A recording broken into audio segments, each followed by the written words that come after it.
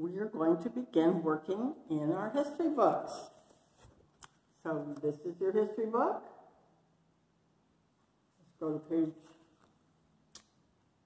83, chapter 19.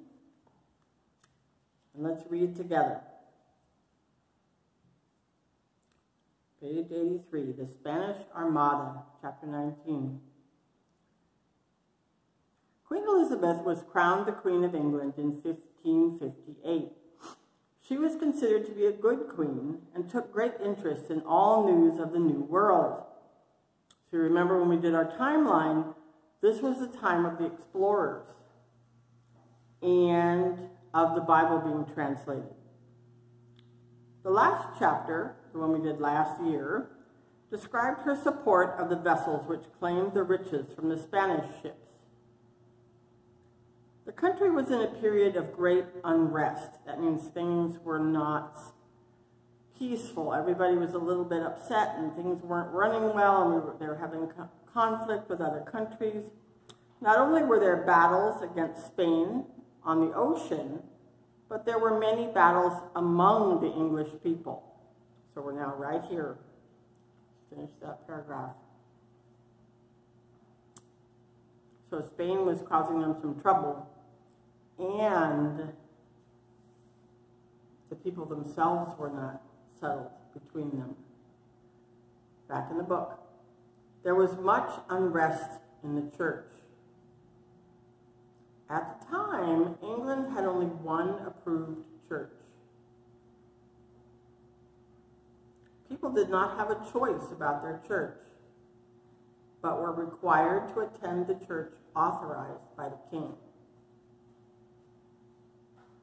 When Elizabeth's father, Henry VIII, was king, he separated from the Church of Rome and established a new church, the Church of England. England had been part of the Church of Rome for many centuries, hundreds of years, and there were many who did not want the change. One of these was Elizabeth's sister, Mary, who became queen in 1553, after her father died. Mary returned England to the Church of Rome and persecuted any who resisted. Persecuted means they got arrested and got in trouble. Those who opposed were called Protestants because they protested England's return to the Church of Rome. Turn over the page. When Elizabeth succeeded Mary as queen, that means she took Mary's place, she again separated from the Church of Rome and restored the Church of England. When the Geneva Bible was published, with a dedication to Queen Elizabeth, she approved its publication, and at last, the people in England were free to have the Bible in their homes without fear of persecution. So that was also on our timeline, the Geneva Bible, in 1560, I believe it was. So before that, if you remember from last year and from other years when we've been studying this, people were not allowed to have their own Bible. If you had a Bible in your house, you could get arrested. You had to hide it. If you had a group of people who came over to study the Bible together at your house, you had to set someone as a guard to watch for the police. Does that happen in our country now? No, it doesn't. So people were very happy when the Queen herself approved the Geneva Bible. And then people could read it openly and in peace. So let's discuss some questions, and then we're going to do this worksheet. It says history number 3 at the top. It also says student activity page 19-1. I'm going to write that up here. So the 19-1, that's the number that the people who wrote the book put on it. And we're calling it page number 3 to keep track of where we are. So, let's review a little bit. When Elizabeth came to the throne in England, what Bibles had already been published? So let's go back in our books to page 62 to see what Bibles had already been published. We also learned that on our last lesson with the timeline. But if you look on page 62, below the line, a Bible for the people, the yellow line, first the Bible was written finished in 90 AD. We said 65, they said 90. People aren't sure exactly when the book of Revelation was written, but pretty close. Not very long after Jesus. Then in 1382, 1,300 years later, John Wycliffe translated the Bible into English. It was in Greek and it was in Hebrew, but not in English. So unless you had gone to college and knew how to read Greek, you couldn't read the Bible for yourself.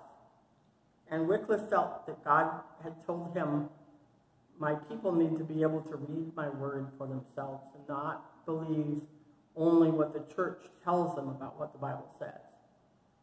Then, another 150 years later, Tyndale did another translation of the Bible into English. And this one, we remember, was printed on the printing press. Then the Geneva Bible in 1560. And then a little later, we haven't reached this time yet in our book, but in 1611, the King James Bible was published. And we still read the King James Bible today, over 400 years later. So, what was the unrest that the people were experiencing at this time? They had problems with the Spanish, the country of Spain, and problems within the country as to what church they were going to be a part of. Was it going to be the Roman Church or the Church of England? And then they went back to the Roman Church, and then now they're back with the Church of England again. But still, how is this different from the religious liberty we have in America today? People had the freedom not to go to the Roman Church, but they were forced to go to the Church of England. There was no other choice. If you didn't go to the Church of England, you could get in trouble with the government and get arrested. And we're going to see that some more a little later with the Pilgrims. So was that really religious liberty to be told, yeah, you don't have to go to the Church of Rome, but you don't have a choice, you have to go to the Church of England? So who decided what church the people went to? Not the people, not the Lord, the Queen. So think about it. Where does your family go to church? Do all your friends and neighbors who are Christians go to that same church? No. Some of us go to the Baptist church, some of us go to the Presbyterian church, some of us go to One Family Church. There's a lot of different churches. And who decides what church they're going to go to? We each get to decide for ourselves. We listen to the Lord, He leads us, we go to the church He tells us to go to.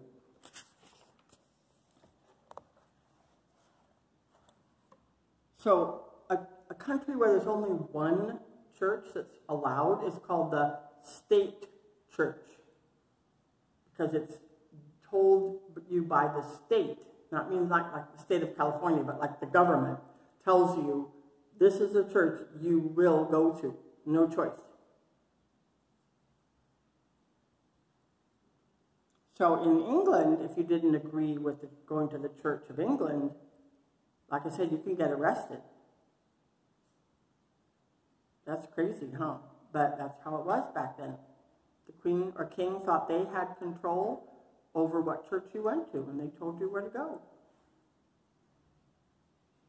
So at least when Queen Elizabeth came into power, she allowed the people to not go to the Roman church. But the Church of England wasn't really all that different. Very similar sort of way of doing church. They just didn't have a pope, where the Church of Rome was under the pope in Rome.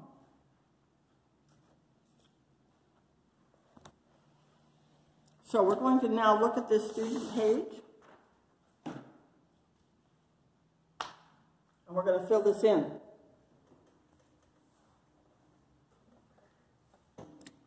So on this side is the name of the monarch. That means the king or queen. So there's Henry VIII, his daughter Mary, and his second daughter Elizabeth. And they're all mentioned in this part we just read. What church did each of them say was the one you had to go to? Look in your book and you'll find it. And then this bottom thing down here, define Protestant, that's also in your book. This is a thinking question. This one doesn't have an answer in the book. This is what you have to think and put things together. What is the effect of a state church? That means where the government tells you what only church you're allowed to go to. What effect is there of a state church upon the religious liberty of the people? Religious liberty means their ability to choose the church that they feel is most fitting with what the Bible says.